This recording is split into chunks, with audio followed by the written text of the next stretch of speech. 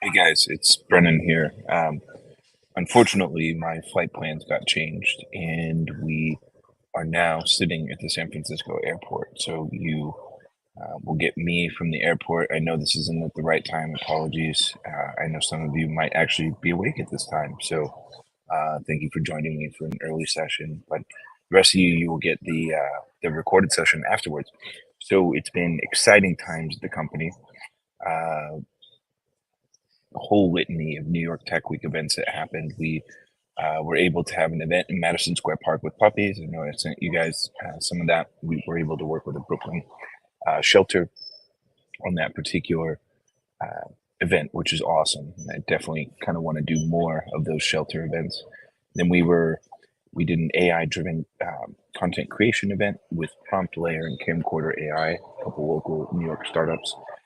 We were able to make something happen there. Uh, then from there, we taught a class with the Morning Brew about generative AI for business, and we actually posted those sessions to our YouTube channel. So make sure to check those out. We were even part of Adweek's Accelerate program that day. So 15 startups that are building promising things in the advertising, media, marketing space. We got to meet some of the people that wrote the first check into Meta, which was really cool. So from there, we then were on a panel for Mercury, which is a startup bank, able to talk about the coexistence of AI and creatives. Really interesting take there about how AI is actually powering creativity, not actually to its detriment. Um, I was able to bring some of the stories that I've had from you guys, talking about how you were able to conquer dyslexia and take that and use AI as an empowering tool to share your thoughts for the first time. I teared up on stage; it was amazing. Um, we then also got to talk a little bit about the issues with implementing AI across different businesses. I think you guys are, if you're here, you're listening to this, you're hearing this, that means you're forward thinkers and you're early adopters of this technology. But there's a huge deluge of people that have not used this technology. And my hope is that we can bring it to more. But I think props to you all for being early movers, early thinkers, early users. Now, um, as far as it comes to the company, I think we're kind of looking down the pipeline for the rest of 2023. We have some exciting new technologies coming online. That will include a Chrome extension. So integrations has proved to be a little bit more difficult than anticipated. And so instead of that, we're going to move to a more Chrome extension based service where Charlie will be able to go outside of the product. Separately, we're also building a knowledge base. Excuse me. We're building a knowledge base where you'll be able to store information about your company, store information about your brand, and have a catalog and a library that you will be able to utilize across your entire account. Think of this as a way to give Charlie more consistent context and staying context that will ultimately be able to be utilized throughout a given project or workspace. In addition to that, we're also building out a more extensive prompt library. We can save prompts, we can store them, and do all that. We know that that's one of the things that you guys have been looking for. We're adding more prompts to the prompt playbook, but we want you guys to be able to store prompts that you've used previously, reuse them, and bring them over. Also, be able to pin favorited prompts. There has been some discussion about a prompt marketplace where people might be able to sell prompts that they like into a marketplace, and other people might be able to pay nominal fee to use them. Um, I also like the idea of just having like a free prompt marketplace where people can share in and benefit from others' explorations of how to best use Charlie. So still working through that, but more prompts, more ways for you to interact with one another is high on my list of things that we'd like to do. You'll also see some updates to some of the image generation capabilities. We're continuing to refine that. The audio video transcription part is getting refined. And we're also experimenting with some interesting stuff on potentially making Charlie available through email. So more to come on that one. That's very experimental at this point. We're looking for ways that Charlie can be accessible to you all in a much more tangible fashion. So that's most of the major updates. There, I'll do a much longer post on New York Tech Week and some of the learnings from each one of those events. for you guys to ultimately be able to use. But I wanted to make sure that we got this session in today because I know last week we were just running around like keyboard elves, to use a bad analogy, and weren't able to kind of sit down and have the Charlies and coffee from there that I was hoping for. Um, that being said, I wanted to point to a couple new um, tutorial videos that we've added to the GoCharlie YouTube account. So I know many of you have been talking about using YouTube as an input. You've been asking questions about how blogs work. So I'm trying to do more and more of these quick hit ones that have an explanation of like what's going on in the background. So you'll have YouTube as an input, which is a little bit more expansive.